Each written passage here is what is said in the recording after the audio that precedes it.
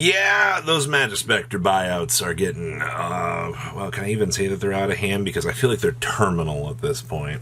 Make sure you guys smash the ever-living crap out of that subscribe button so you don't miss on more awesome content. You know, had you bought Majespecter stuff during the last time that Bumbuku was starting to turn out to be a hype train, and you said, you know what, I'm gonna hold it, well, you would have got rewarded. This is dumbfounding to me. That, I mean, obviously people are paying 16, 17, 13 to 14. This is actually just dumb to me that we're seeing these at such a ridiculous price point here. I believe that there's multiple one-card starters now for the full combo for this. I believe you can also Secret Village your opponent as well from one of the combo lines I was reading earlier on the internet. So that's kind of important. Regular 2016 versions down here, $13. And of course, I mean, Majespecter, you know, Kieran has to come back, right? Like $6 here for this. Oh my gosh. $3 to $4 for a rare down here for Kieran. Yeah, not only did the Majespecter stuff basically say, hey, you know what, you've got potentially a new amazing deck on your hands here. Konami also said, hey, you know what, Kieran's probably going to come back on a future list at this point in time. So you, not only are you going to have to deal with probably Secret Village, Kieran locking for a whole bunch of stuff. I can already imagine the amount of people are like, yeah, I'm just going to quit Yu-Gi-Oh! I don't want to deal with Kieran and Secret Village together. I understand some of the frustration, but at this point in time, I'm just happy for any real sort of change at this point. Like, this format has been so dumb. The fact that if Majespecter is the thing that has to change it up a little bit, you know what? I'll take it. So, the rest of the Majespecter stuff, I mean, hasn't really budged all that much. I would still almost consider this a little bit more budget-esque. I'm just curious to know, are they going to move Kieran back to 3 if they choose to move it, or is it going to be, you know, you can have one, just one? I don't know, we'll have to wait and see. What else we got going on, Beck? Oh, Totem Bird, you know? Guess what our friends over at the Majespecter, is that a win level 3? Yes, it is. There was a little bit of talk that I've been seeing people go, well, is Totem Bird going to disappear now? Like, what's actually going on here? And I think the answer is more than likely not. The new stuff does lock you in to Majespecter and Draco Slayer, so unless there's going to be like some crazy new terminal little thing out here, it's going to matter. I mean, let's shift to first editions here. Your first edition light play is $1.12. I don't think you're going to see any sort of real crazy buyout on Totem Bird. It is a cute little extra deck utility that you can have for the deck, but that's fine. You're allowed to have these extra deck utilities that do help out the deck. What else we got going? Oh boy, yep, Secret Village. You know what's very interesting to me?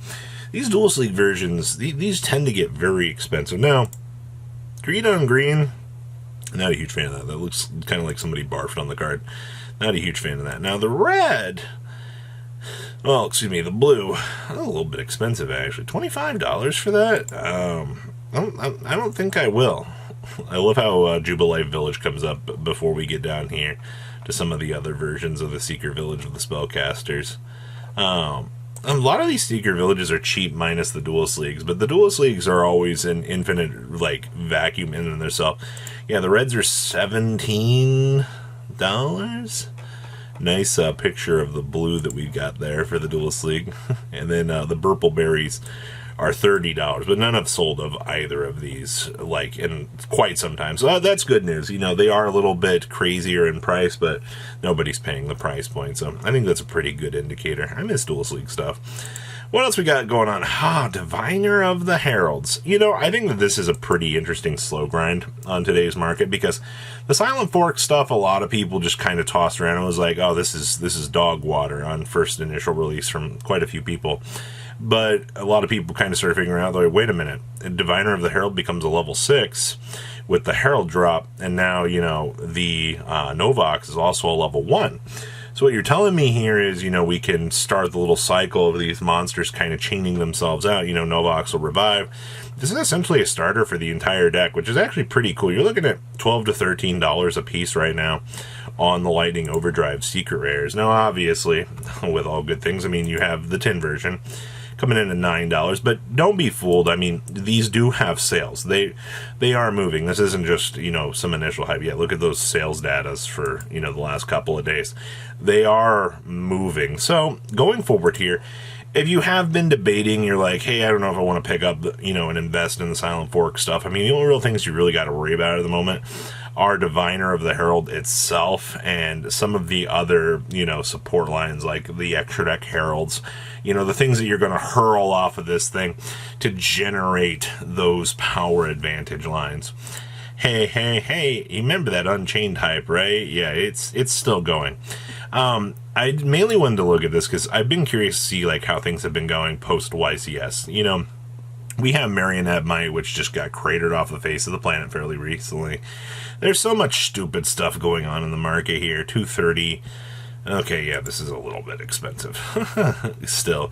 The Yamas here. Actually, I'm surprised that these are underneath the 150 right now. These were pretty much holding very strongly. I think a lot of people were kind of upset with that price point, but they've long since kind of pushed down here.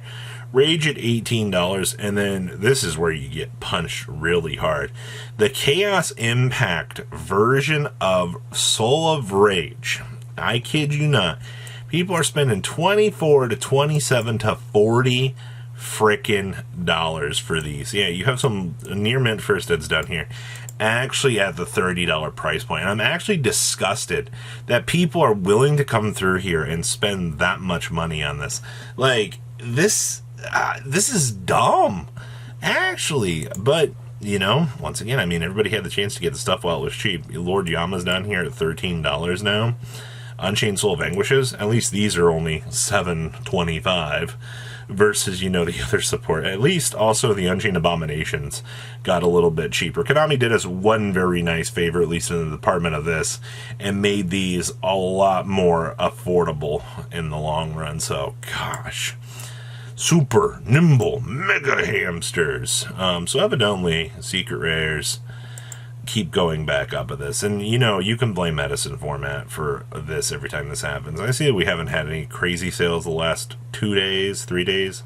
But, yeah, you got a light play for 12 and then it's literally 17 on up to $20. Yeah, that's a wee little bit expensive. I don't blame people. They don't want to spend money on that. Obviously, you can get some Duels League promos for $8-9, which isn't terrible. And, I mean, the good news is you've also got, you know, the Egyptian God structure deck versions down here for $2 to $3. Edison has actually caused this card to become worth more and more. And I think that's actually hilarious. Fan frickin' Tasman. You know, what do you want me to tell you about this? This has been the hot news tech choice of the block. You got $25, $30, $20 for these. I don't really see much really changing back here the way it looks. 25, 28, yeah, doesn't look like a lot's really moved. If anything, yeah, most of this feels very cruise control. The fact that, you know, first eds have exceeded, you know, the number that they should have at this point in time. $27 for Phantasmes, ugh, it's rough. And a little check-in back here on the tin cases. $160 on a case right now. You're going to be paying tax on that, but, I mean, that's fine. Stardust back up to the $10 mark. Robbie, Stardust won't go up. Odd thing to say. I feel like that was short-printed, though. Dark Magician at $9. You got the Red Eyes at $7 today. 6 on the Black Rose. Cyber Dragon at $5. Armor Master heading on up to the $4 mark. That's a matter of time. You have Exodia at $3. Not all that surprised about that, nor should you be. I see that we have Neos at $2, Photon Dragon at $2, Rainbow Dragon at $2, Utopia at $1, Firewall at $1, and then it just drops off gradually all the way back here to the Enlightenment Paladin at 40 frickin' cents. What a meme. So that's all that we have for today's market. Obviously, the Bumbuku / Majespecter hype, I think, is going to continue on its way. I think a lot of people are going to be very upsetty spaghetti as more and more of this continues down the pipeline. But, you know, we will have to wait and see how the market continues to handle this stuff and, you know, the way extra stuff that's coming out, too. So please, if you're coming down below, tell me your thing. I'll see your beautiful faces back here later in the day, guys. Patrons! Thank you. Ah!